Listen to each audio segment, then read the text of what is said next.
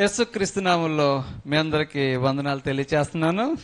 Saint Andrews కేథడ్రల్కి ఆహ్వానిస్తూ ఉన్నాను. మంచి వేసవి కాలంలో ఉన్నాము. మరి మీ ఆరోగ్యాలన్నీ కూడా జాగ్రత్తగా చూసుకోవాల్సిందిగా కోరుతూ ఉన్నాం. ఈ దినాన చాలా మంచి వాక్య భాగాన్ని మనం ధ్యానం చేసుకోబోతూ ఉన్నాం. నేను రూతు గ్రంథము 2వ అధ్యాయము చదువుతున్నప్పుడు అది నాకు చాలా ఇష్టమైంది. 2వ అధ్యాయం చదువుతుంటే we fall in love with this chapter. ఆ చాప్టర్ని మీరు చాలా ప్రేమిస్తారు. దానికి కారణం ఏంటంటే రూతు యొక్క మంచి బిహేవియర్ కావచ్చు. మనందరికి తెలిసిన ఒక చక్కని కథ ఏంటంటే రూతు నయోమీల కథ కదా. వాళ్ళిద్దరూ అత్త కోడళ్ళు. సాధారణంగా అత్త కోడళ్ళు ఎలా ఉంటారంటే చాలా స్టోరీస్ జోకులు వాళ్ళ మీద ఉన్నాయి చెప్పుకోవాలనుకుంటే. నాకు ఈ మధ్యకాలంలో చదివిన 2 జోకులు చెప్తాను. ఒకసారి కోడలు మంచి ఉన్నతమైన ఇంట్లోంచి వచ్చిందట. బాగా డబ్బున్న వాళ్ళు ఇల్లు గారాభంగా చూస్తారు. వాళ్ళు ఏం పనులు చేస్తారు? ఇల్లు తొడవరు, అంట్లు కడగరు. ఏం చేయాలని అత్తగారు బాగా ఆలోచించిందంట. ఓసారి వాళ్ళ అబ్బాయిని పిలిచిందంట. మరి అబ్బాయి ఓ పని చేద్దాం, కోడలికి ఈసారైనా బుద్ధి వస్తుంది. నేను అంటాను, నేను ఇల్లు తుడుతూ ఉంటాను, అప్పుడు నువ్వు వచ్చి అమ్మా నువ్వు తుడుతున్నావేటి, నేను తుడుతానేది అని చీపురు తీసుకో, అప్పుడు ఇది చూసి కోడలకు బుద్ధి వస్తుంది అనుకున్నదంట. అనుకుంటే సరే ఒకరోజు ప్లాన్ చేసుకున్నారు. మంచిగా ఉంది. కోడలు అక్కడ నుంచినప్పుడు గబగబా అత్తగారు ఇల్లు తుడుతుందంట.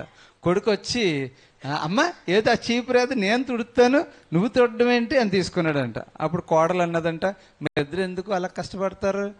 ఒకరోజు ఒకరు తొడండి, ఇంకొక రోజు ఇంకొకరు తుడుతారు అన్నదంట.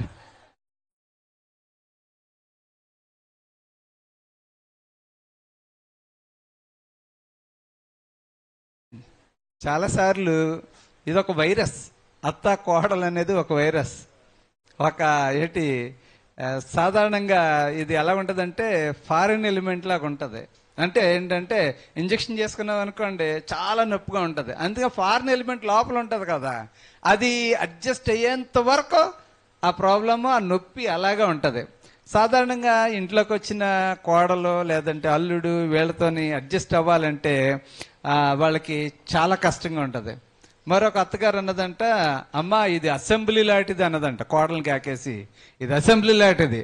మరి మామయ్య గారు ఉన్నారే, ఆయన ఫారిన్ ఇవన్నీ చూసుకుంటూ ఉంటారు.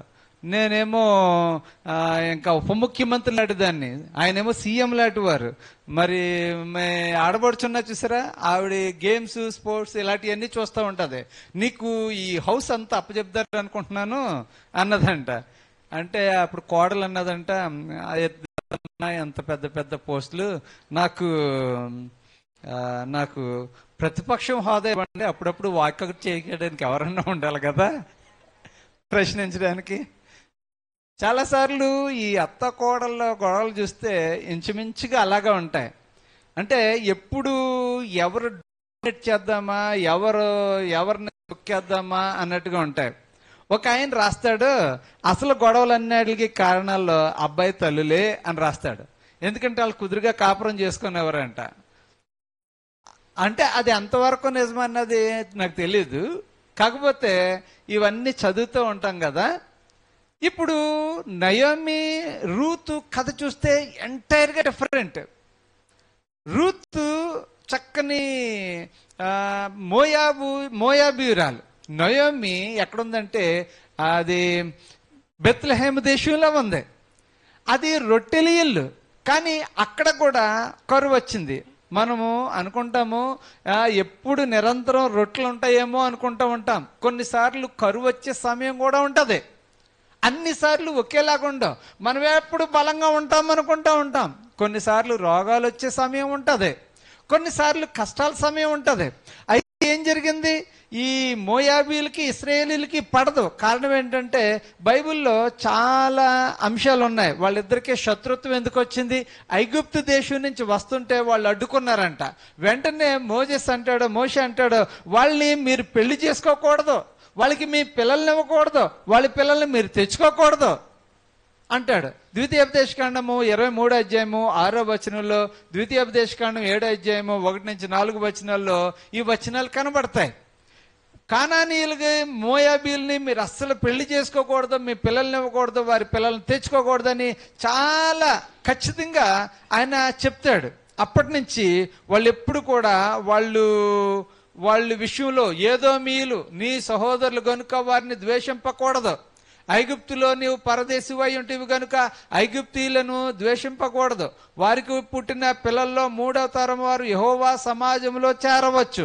ఇలాగా కొన్ని విషయాలన్నీ తెలియచేస్తూ ఏమంటాడంటే, కానానీయులను మోయాబీలను మాత్రం మీరు సంబంధాలు పెట్టుకోకూడదు అని చెప్తాడు. మోయాబీలంట ఆరాధనా స్థలంలోనికి రాకూడదు, ఎందుకంటే వాళ్ళు ఆ వాగ్దాన దేశంలో ప్రవేశించినప్పుడు వాళ్ళు చాలా ఇబ్బంది పెట్టారని చెప్పేసి వాళ్ళని ఆరాధనా స్థలంలోనికి రాకూడదని చెప్తూ ఉంటాడు. ఈ విధంగా మోయాబులు అంటే అనుకోకుండా ఒక శత్రుత్వం ఏర్పడిపోయింది. కానీ వాళ్ళ ఫ్లరిషింగ్, ఇక్కడేమో కరువు ఉన్నది, దేవుని యొక్క రొట్టెల గృహం అనే బెత్లెహేంలో కరువు ఉంది, అక్కడ బాగుంది. అప్పుడు ఏం చేశారంటే, ముందు బ్రతకడం ఇంపార్టెంట్, మనం వెళదాం అని నయోమి ఏం చేసింది, అక్కడికి భర్తతో బిడ్డలతో వెళ్ళింది. అక్కడే మరి ఎంతకాలం స్థిరపడిందో తెలీదు, మరి కొడుకులకి వివాహాలు కూడా చేసింది. అనుకోకుండా ఏం జరిగింది, అక్కడ కూడా మరి కొడుకులు చనిపోయారు, భర్త చనిపోయాడు. ఇప్పుడు నయోమి చాలా బాధతో వేదనతో ఉంది. అలాంటి పరిస్థితిలో తనే ఒక ఆప్షన్ ఇచ్చింది కోడళ్ళు ఇద్దరికని. వార్పాని పిలిచి రూతుని పిలిచి అంటది, అమ్మా మళ్ళీ తిరిగి పెళ్లి చేసుకుని కొడుకులు కానీ మీకు చేయడానికి నా దగ్గర వయసు లేదు, ఇంకేమీ లేదు. ఓ పని చేయండి, మీరు వెనక్కి వెళ్ళిపోండి, మీరు టేక్ యువర్ ఓన్ వే, మీ యొక్క చాయిస్, మీరు వెనక్కి వెళ్ళి తిరిగి పెళ్లి చేసుకుని పిల్లలు కానీ మీ బ్రతుకు మీరు బ్రతకండి. అబ్బా ఎంత చక్కని ఆప్షన్ ఇచ్చింది. ఈ రోజుల్లో రెండో పెళ్లి అన్నాం అనుకోండి, శత్రువుని చూసినట్టు చూస్తారు, పురుగుని చూసినట్టు చూస్తారు. అసలు భర్త చనిపోయాడంటే ఎదురే రానవరు, అక్షంతలే వేయనవరు. కారణం అంటే ఆమె వెదవరాల కాబట్టి అక్షంతలు వేయకూడదంటారు, ఎదురు రాకూడదంటారు. అలాంటి సంస్కృతిలో ఆమె కూడా ఉంది. యాక్చువల్గా న్యాయాధిపతులు ఈ కాలంలోనట ప్రజలు ఇష్టానుసారంగా జీవిస్తూ ఉన్నారు, వాళ్ళకి ఇష్టం వచ్చినట్టుగా జీవిస్తూ ఉన్నారు, దేవునికి అనుకూలంగా లేరు. అలాంటి పరిస్థితుల్లో దేవునికి నమ్మకమైన ప్రవర్తన కలిగి జీవించిన సహోదరులు ఎవరంటే నయోమి, రూతు. వారు దేవుని పట్ల చాలా నమ్మకంగా ఉన్నారు. ఒక అఫ్లిక్షన్ వచ్చింది, ఒక కష్టం వచ్చింది. ఇప్పుడు యాక్చువల్గా ఆ సమయంలో కోడల్లో మన ప్రాంతంలో కానీ ఉన్నట్టయితే నీ దరిద్రం ఉంది ఏమన్నారు తెలుసా, అత్తగారిని చూసి ఏమన్నారు తెలుసా, నీ దరిద్రం మాకు చుట్టుకుంది, మేమేదో బాగుంటుందని మీ పిల్లల్ని చేసుకుంటే నువ్వు అక్కడ ఇబ్బంది పడ్డావు, అన్నీ పోగొట్టుకున్నావు, ఇప్పుడు మేము పెళ్లి చేసుకుని మేమేమి సుఖపడ్డాం, మేము కూడా అలాగే పోగొట్టుకున్నాం, నీ దరిద్రం మాకు చుట్టుకున్నది అని డైలాగులు వేయాలి. కానీ రూతు ఎంత చక్కగా చెప్పింది తెలుసా, నీ దేవుడే నా దేవుడు, నీ ఉండి చోటే నేనుంటాను. ఆ ఒక్క మాటను బట్టి, విశ్వాసాన్ని బట్టి మొత్తం జీవితం మారిపోయింది.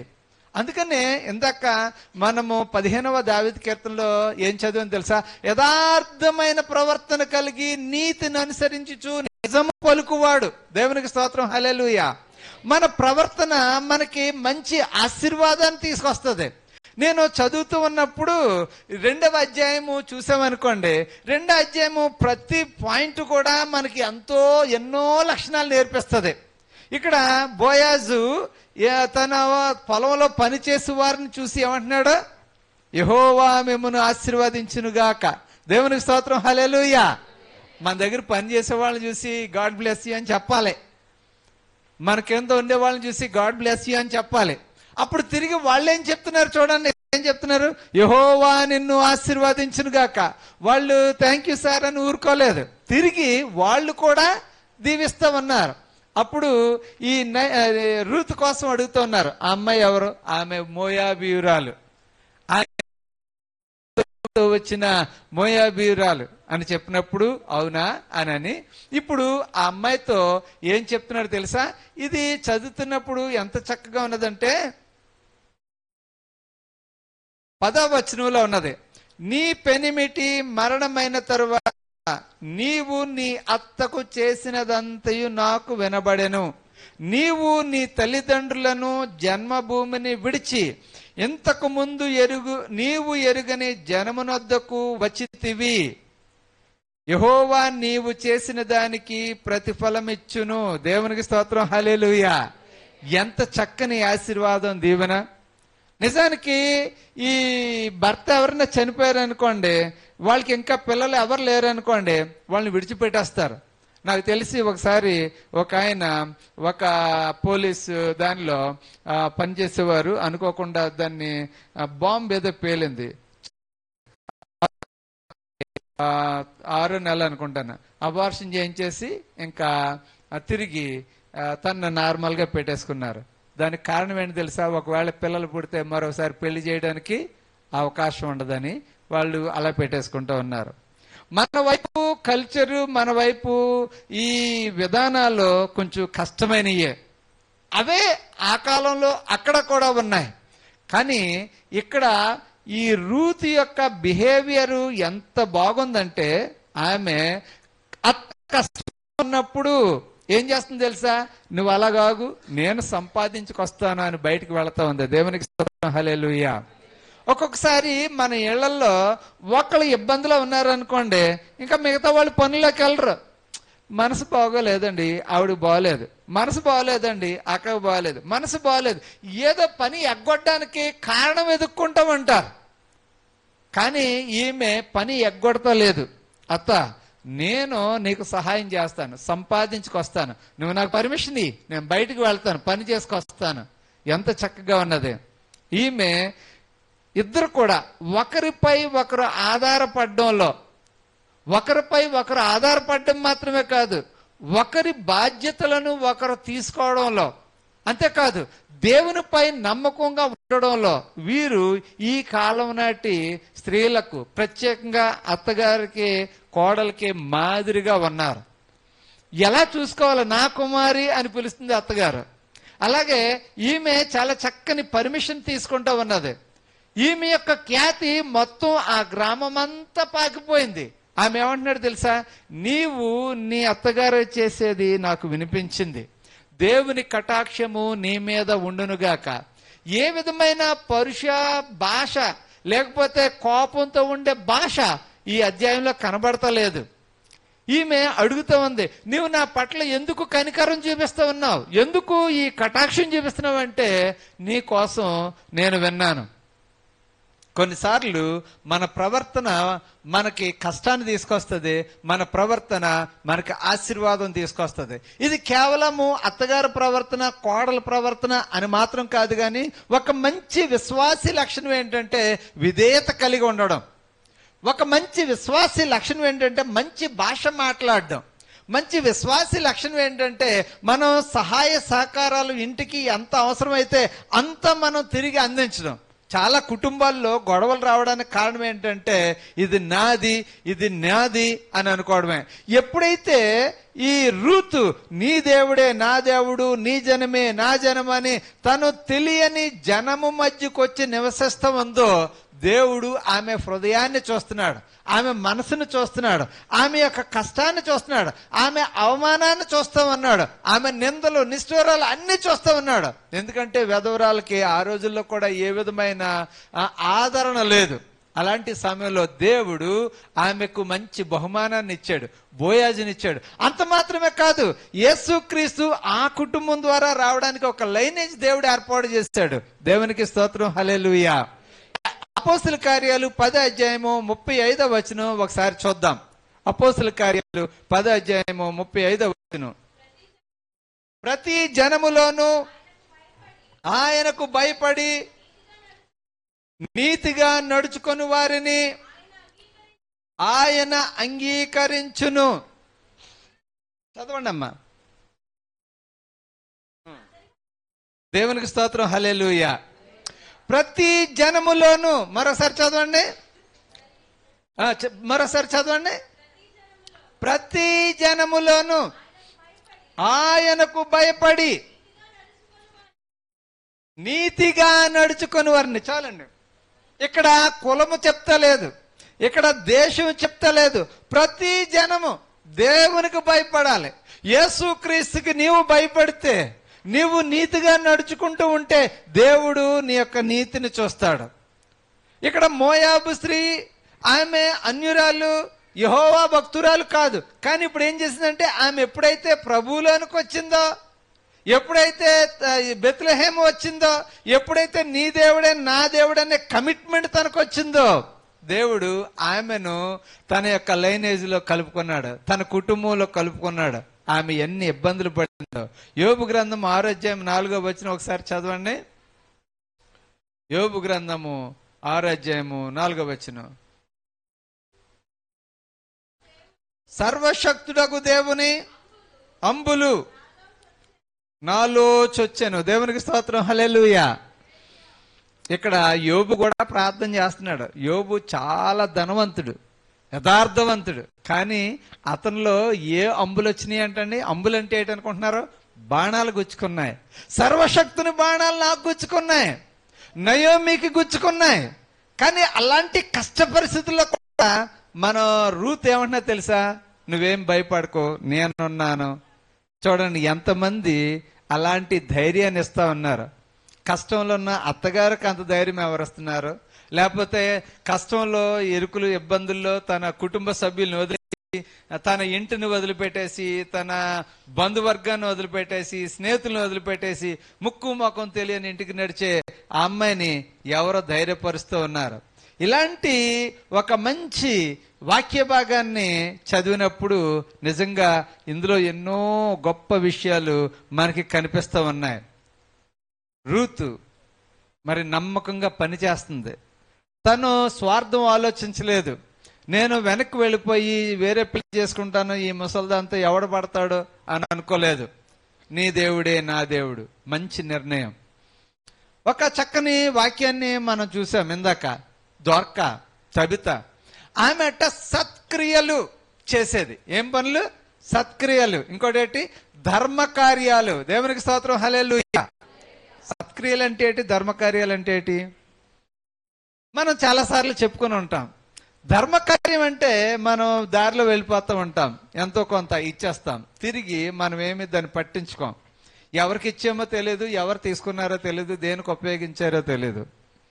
ధర్మకార్యం అంటే అక్కడ రోడ్ల మీద ఇది షెల్టర్లు కట్టిస్తూ ఉండేవారు. ఇంతకుముందు నూతులు తవ్విస్తూ ఉండేవారు. అవి అన్ని ధర్మకార్యాలు. కారణం ఏంటంటే ఇంతకుముందు ట్యాప్స్ ఉండేవి కాదు. అందరూ మంచినీళ్ళకి ఊరికి చివర వెళ్ళాల్సి వచ్చేది. అందుకని నూతులు తవ్వించేవారు. ధర్మకార్యాలు. చెట్లు నాటించేవారు. బాగా ఎక్కువ వేడిగా ఉండేది, చెట్లు నాటించేవారు. ఇప్పుడైతే ఎయిర్ కండిషన్లు వచ్చేసినాయి. ఈవెన్ రైల్వే స్టేషన్లో కూడా ఎయిర్ కండిషన్లో ఉన్నాయి. చెట్లు నాటించడం అనేది మనం ఎప్పుడు కూడా చేస్తూనే ఉండాలి. చెట్లు నాటించడం, చెరువులు తవ్వించడం, బావులు తవ్వించడం, ఇవన్నీ ధర్మకార్యాలు అనుకోవచ్చు. సత్క్రియలు, ఒక మంచి పనులు ఏంటంటే బట్టలు లేని వాళ్ళకి బట్టలు ఇవ్వడం, భోజనం లేని వాళ్ళకి భోజనం పెట్టడం. అందుకంటే మంచి సత్క్రియ దేవునిలోనికి, నీతి మార్గంలోనికి నడిపించడం, దేవుని మందిరానికి రావడం. ఇక్కడ దోర్కా ఏం చేస్తుంది తెలుసా? ఆమె విధవరాలు. విధవరాలు అంటేనే మనకు అర్థమైపోతుంది, తనకి భర్త నుండి ఆదరణ లేదు. మరి కుమారులు సరిగా చూస్తారో లేదో తెలియదు, కూతుర్లు సరిగా చూస్తారో లేదో తెలియదు. తన యొక్క ఓన్ సంపాదనతో తను బ్రతకాలి. అలాంటి ఆమె చర్చిలో కూర్చుని ఏం చేసేదట? తీరుబడిగా ఎవరిదైనా జాకెట్ చిరిగిపోయింటే ఇంటికి రా అని జాకెట్లు కుట్టేది. ఎవరికైనా అంగీ లేకపోతే అంగీ కుట్టేది. ఆమె దగ్గర మరి డబ్బులు తీసుకునేదో లేదో తెలీదు, కానీ ఆమె మాత్రం చేసేది. ఆమె ఒకసారి ఏమైంది? కాయిలా పడి సిక్ అయిపోయి మంచానికి అతుక్కుపోయింది. ఎప్పుడైతే మంచానికి అతుక్కుపోయిందో ధర్మకార్యాలు ఆగిపోయినాయి, సత్క్రియలు ఆగిపోయినాయి. అంతే. మనము ఒక్కొక్కసారి కాయిలా పడిపోతే ఏం పని చెయ్యం. ఇప్పుడు ఏం జరిగింది తెలుసా? అక్కడున్న సంఘ బిడ్డలందరూ కూడా మాకు పేతురు గారు కావాలి, ఆయనే రావాలి అని వస్తే ఆయన ఎందుకు వచ్చాడు? ఆయన బ్రతికించడానికి రాలేదు. అప్పటి వరకు ఎవరైనా బ్రతుకున్నారేమో చూడండి. ఇది 9వ అధ్యాయం. 7వ అధ్యాయంలో ఎవరు చనిపోయారు? స్టెఫెను చనిపోయాడు. మరి ఏ అపోస్తులైనా వెళ్ళి బతికించారా? లేదు. దోర్కా నిజంగా తిరిగి జీవించడానికి కారణం ఏంటి తెలుసా? ఆమె చేస్తున్న సత్క్రియలు, మంచి పనులు. దేవునికి స్తోత్రం, హల్లెలూయా. నీ మంచి పనులు, సత్క్రియలు నిన్ను బ్రతికేలాగా చేస్తాయి. చాలా మంది ఆయన చనిపోయినను మృతుడైనను తిరిగి మనతో మాట్లాడుచున్నాడు. ఎలా మాట్లాడుతున్నారు? ఆయన ఎలా మాట్లాడుతున్నాడు అంటే ఆయన చేసిన పనులను బట్టి మాట్లాడుతూ ఉన్నారు. మనము కొన్ని దీన్ని లెగసీ అంటారు అనుకుంటాను. ఏంటంటే మనం విడిచిపెట్టి వెళ్ళిపోతాం. ఇప్పుడు మార్షల్ స్కూల్ ఉన్నది, మొత్తం రిజిస్టర్ చేస్తాం. అప్పుడు ఏం చేస్తాం? నేను ఉన్నా లేకపోయినా ఏమవుతుందో తెలుసా? ఓ నోవా గారు, ఆయన శిల్పం అక్కడ ఉంటది, ఆయన ఈ కార్యాలు చేసేవారు. మనం చేసిన మంచి పనుల వల్ల మనం తిరిగి బ్రతుకుతాం. ఇప్పుడు ద్వారకాను ఏం చేశాడు తెలుసా? ద్వారకా, నువ్వు చనిపోకూడదు, నువ్వు బ్రతుకుండాలి. కారణం ఏంటంటే నీ యొక్క ధర్మ కార్యాలు ఆగిపోకూడదు, సత్క్రియలు ఆగిపోకూడదు. మన మంచి పనులు మనం బ్రతికేలా చేస్తాయి. అక్కడ రూతు యొక్క మంచి పని, రూతు యొక్క పరిచర్య, రూతు యొక్క నమ్మకత్వం, దేవునిలో ఉన్న విశ్వాసం తిరిగి ఆమె మంచి గృహిణి అవడానికి సహాయపడింది. అంతేకాదు యేసుక్రీస్తు ప్రభు వారి యొక్క లైనేజ్, ఆయన యొక్క వంశావళి ఆమె నుంచే ప్రారంభమైంది అనడానికి ఎంతగానో సంతోషిస్తా ఉన్నాం. మన యొక్క జీవితంలో కూడా మన యొక్క మంచి పనులు, ముఖ్యంగా మన సత్క్రియలు ఆగిపోకూడదు. ఇప్పటి వరకు మనం చేస్తా ఉన్న ఒక మంచి పని చేస్తున్నాం, దేనికి ఒక ఆండ్రూ మిషన్ కోసం ఏదో ఇస్తున్నాం, దేనికో ఇస్తా ఉన్నాం. అయితే ఒకవేళ గుర్తింపు దొరకలేదు, అరే నేను ఎంత ఇస్తున్నాను, నన్ను అసలు గుర్తించలేదు, లేకపోతే నేను ఇంత పని చేశాను, చర్చ్ అంతా తుడిసేసాను, కాలు కడిగేశాను, నన్ను ఎవరో గుర్తించలేదు, ఉపవాస కోటలు నేను అంత పని చేశాను, నన్ను ఎవరో గుర్తించలేదు. గుర్తింపు కోసం మనం ఎప్పుడు పని చేయకూడదు. గుర్తింపు కోసం పని చేస్తే మనం ఎప్పుడు నిరాశ పడతాం. మరి గుర్తింపు కోసం ద్వారకా పని చేయలేదు. ఆమె ఏం చేసింది తెలుసా? తన పని ఏదో తను చేసుకున్నది, తన సహాయం ఏదో తను చేసింది. అప్పుడు ఆమె చనిపోయిన తర్వాత అందరూ తీసుకొచ్చి పేతురు గారు చూపిస్తున్నారు. ఆమె బ్రతికి ఉంటుండగా చేసిన కుట్టిన అంగీలు ఇచ్చి ఏడుస్తూ ఉంటే పేతురు గారికి కూడా మనసు కరిగిపోయింది. అప్పుడు ఆయన ప్రార్థన చేస్తా ఉన్నాడు. ఆమె బ్రతుకుతుందని ప్రార్థన చేయలేదు, కానీ ఆమె బ్రతికింది. ఆమె సజీవంగా వారికి అప్పకి చెప్పాడు. దేవునికి స్తోత్రం, హల్లెలూయా. నాకు ఈ సంఘటన చాలా ఇష్టం. కారణం ఏంటి తెలుసా? అక్కడ మళ్ళీ తర్వాత చనిపోయింది, అది మనకు తెలుసు. కానీ ఒక మంచి విషయం ఏంటంటే అప్పటికి నీవు కాయిలా పడిపోకూడదు, నీ సత్క్రియలు ఆగిపోకూడదు. సంఘంలో చాలా మంది కొన్నిసార్లు చేసి చేసి విసిగిపోయి ఆగిపోతూ ఉంటారు. చాలా సహాయం చేస్తారు. అబ్బా 10 సంవత్సరాల నుంచి చేస్తూనే ఉన్నాను, కానుకిస్తూనే ఉన్నాను, అలాగే ఉంది, ఇంకేమిస్తాను అనుకుంటూ ఉంటారు. అది చాలా తప్పు. నయోమి రూతు మధ్య చూసినప్పుడు రూతు, అబ్బా నా అత్తగారికి అంత చేసినా ఇంకా సేకరి చేయమంటున్నది, ఇంకా పొలంలోకి వెళ్ళమంటున్నది, పరిగె ఎరుకు రమ్మంటున్నది, తీసుకొచ్చి సరిపోలేదు అని ఎప్పుడు నయోమి గొణుక్కోలేదు, రూతు కంప్లైంట్ చేయలేదు. ఇద్దరి యొక్క ప్రేమ అనుబంధం చాలా చక్కగా ఉంది, నాకు చాలా నచ్చింది. మరొకసారి ఎన్నిసార్లు చదివానో ఆ అధ్యాయం మీరు కూడా ఇంటికెళ్ళి చదవండి, అక్కడ చాలా చక్కగా ఉంటది. ఇప్పుడు రెండో విషయం చూసినప్పటికీ ఈ ద్వారకా గురించి కూడా మీరు 1-2 సార్లు చదవండి. చదివినప్పుడు అక్కడ మంచి భావాలు కనిపిస్తూ ఉన్నాయి. మూడోది ఏంటంటే మంచి ప్రవర్తన. ఎక్కడ? యోహాను సువార్తలో మనం చదువుకున్నాం. శిష్యులందరూ యేసుక్రీస్తు ప్రభు వారు చనిపోయిన తర్వాతట ఎవరు మానవాళ్ళు చేపలు పట్టుకోనకి వెళ్ళిపోయారు. ఎవరు మానని వాళ్ళు వారి పనిలోనికి వెనక్కి వెళ్ళిపోయారు. అప్పుడు పనిలోకి వెళ్ళిపోయారు, అక్కడ దేవుడు లేడు, దేవుడు లేకుండా పని చేస్తున్నారు, ప్రభువు లేకుండా పని చేస్తున్నారు. అక్కడ ఏం జరిగింది తెలుసా? వాళ్ళు రాత్రంతా శ్రమ పడ్డారు, ఏమీ లేవు. మళ్ళీ ఒక ఆయన వచ్చి ఒడ్డు మీద దగ్గరికి వచ్చి, బాబు ఏమన్నా చేపలు పట్టారా అంటే, ఒకవేళ మీరు నేను అక్కడ ఉన్నాం అనుకోండి, ఊరుకోవా, ఇక్కడేమో రాత్రి అంతా కష్టపడుతున్నావా, నువ్వు మళ్ళీ చేపలు పట్టారా అని అడుగుతున్నావు, మమ్మల్ని దెప్పొడ్డానికి కాకపోతే అని అనాలా. ఇక్కడ ఏం చేశాడు తెలుసా? చేపలు పట్టారా, ఓకే, కుడివైపు వేయండి, వాళ్ళ అటువైపు ఎడమవైపు వేయండి, విస్తారంగా పడుతున్నారు చేపలు. ఈయన గుర్తించలేదు, వీళ్ళు గుర్తించలేదు. అది యేసు ప్రభు వారు చెప్తూ ఉన్నారు, అందుకని చేపలు పడుతున్నామని గుర్తించలేదు. మన జీవితంలో చాలా సార్లు దేవుడు లేకుండా ఏదేదో చేయాలని ప్రయత్నం చేస్తాం, ఫెయిల్యూర్. ఉపవాస ప్రార్థన లేకుండా పని చేస్తాం, ఫెయిల్యూర్. మనము ఎన్నెన్నో ప్రయత్నాలు చేస్తూ ఉంటాం, ఫెయిల్. ఎప్పుడైతే ప్రభువారు ఆజ్ఞాపించారో అప్పుడు విస్తారంగా చేపలు పడినట్టుగా నువ్వు ప్రభువులో ఎప్పుడైతే విశ్వాసం ఉంచావో దేవుడు నిన్ను దీవిస్తాడు. ఈ వచనాలు చదివినప్పుడు కూడా నాకు అదే అనిపించింది. ఈ పేతురు గారు లేదంటే మిగతా శిష్యులందరూ కూడా చేపలు పట్టేసుకుందాం అనుకున్నారు. 3వ అధ్యాయంలో ఉన్నది. ధోని ఎక్కిరి, కానీ ఆ రాత్రి ఏమీ పట్టలేదు. సూర్యోదయం అగుచుండగా యేసు ధరని నిలిచాను. అయితే ఆయన యేసు అని శిష్యులు గుర్తుపట్టలేదు. యేసు, పిల్లలారా, భోజనమునకు మీ వద్ద ఏమైనా ఉన్నదా అని వారిని అడుగగా లేదని వారు ఆయనతో చెప్పిరి. అప్పుడు ఆయన, ధోని కుడి ప్రక్కను వలవేయుడి, మీకు దొరుకును. దేవునికి స్తోత్రం, హల్లెలూయా. ఇదేనా మరొకసారి దేవుడు మన అందరితోనూ మాట్లాడుతూ ఉన్నారు. మన మంచి పనులు మనకి కడుపు నింపుతాయి, భోజనానికి దొరుకుతుంది. మన మంచి పనులు దేవుని మాటకు విధేయత చూపించి ప్రభు చెప్పిన వైపు వల వేశారు. మనము ప్రభు చెప్పిన చోట వల వేస్తున్నాం అనుకోండి, మనకు అక్కడ ఏ చేప దొరకదు, అక్కడ ఆహారం దొరకదు. ప్రభు చెప్పిన దగ్గరికి వెళ్ళినప్పుడు అక్కడికి ఏం దొరుకుతుంది? మనకు ఆహారం దొరుకుతుంది, మనకు బాగుంటది. ఇక్కడ దేవుని యొక్క స్థలంలోనికి వచ్చింది ఒక అన్యురాలైన స్త్రీ, మోయాబు స్త్రీ. ఆమె దీవించబడింది, మామూలుగా దీవించబడలేదు. ఈరోజు ఆమె క్రీస్తు జననానికి మూల తల్లి అయింది, అంటే మూలమైంది. మూల స్త్రీ, మూల పురుషుడు అంటూ ఉంటారు. ఆమె మరి తల్లి అయింది. అనేక దావీదుకు మరి అవ్వ అయింది.